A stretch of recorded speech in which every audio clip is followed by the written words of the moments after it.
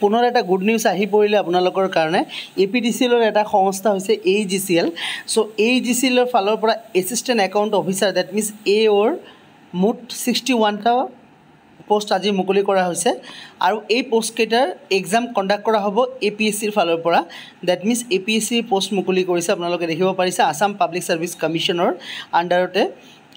exam conduct কৰা হ'ব assistant account officer AO Class 3 post Assam Electricity Grid Corporation Limited AGCL মোট post আছে 61টা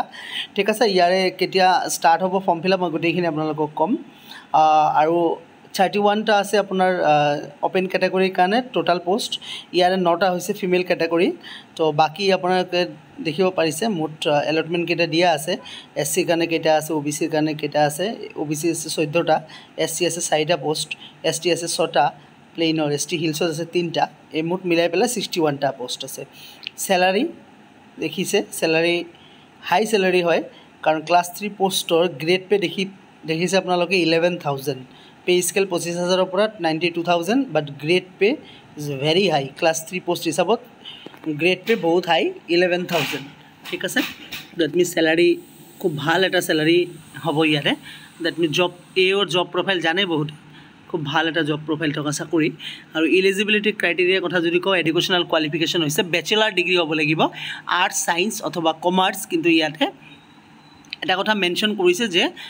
arts science বা কমাৰ্সত যিকোনো এটা ষ্ট্ৰীমত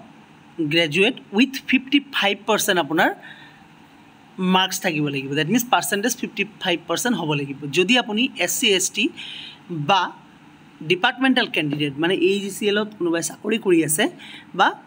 कैंडिडेट जो SC अथवा ST तेंते तेलोकर कारण 50% ग्रेजुएशन থাকিলে হ'ব graduation in the sense math আপোনাৰ आर्ट्स साइंस अथवा कमार्स ठीक আছে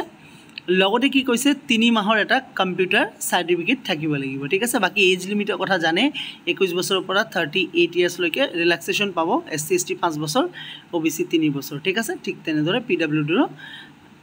এজ ৰিল্যাক্সেশন দিয়া আছে এতিয়া স্টাৰ্ট হ'ব ফৰ্ম ফিল আপ 15/6/2024 পৰা APSCৰ ওয়েবসাইটত গৈ আপোনালোকে এপ্লাই কৰিব পাৰিব জুন মাহৰ 15 তাৰিখৰ পৰা আৰু জুলাই মাহৰ 14 তাৰিখ লাষ্ট ডেট আৰু এপ্লিকেশন ফি এটা আছে 16 তাৰিখ লাষ্ট ডেট এপ্লিকেশন ফি জেনাৰেল কাষ্টৰ কাৰণে 297 रुपीस আৰু SC ST হলে 197 रुपीस হৈছে এপ্লিকেশন ফি ঠিক আছে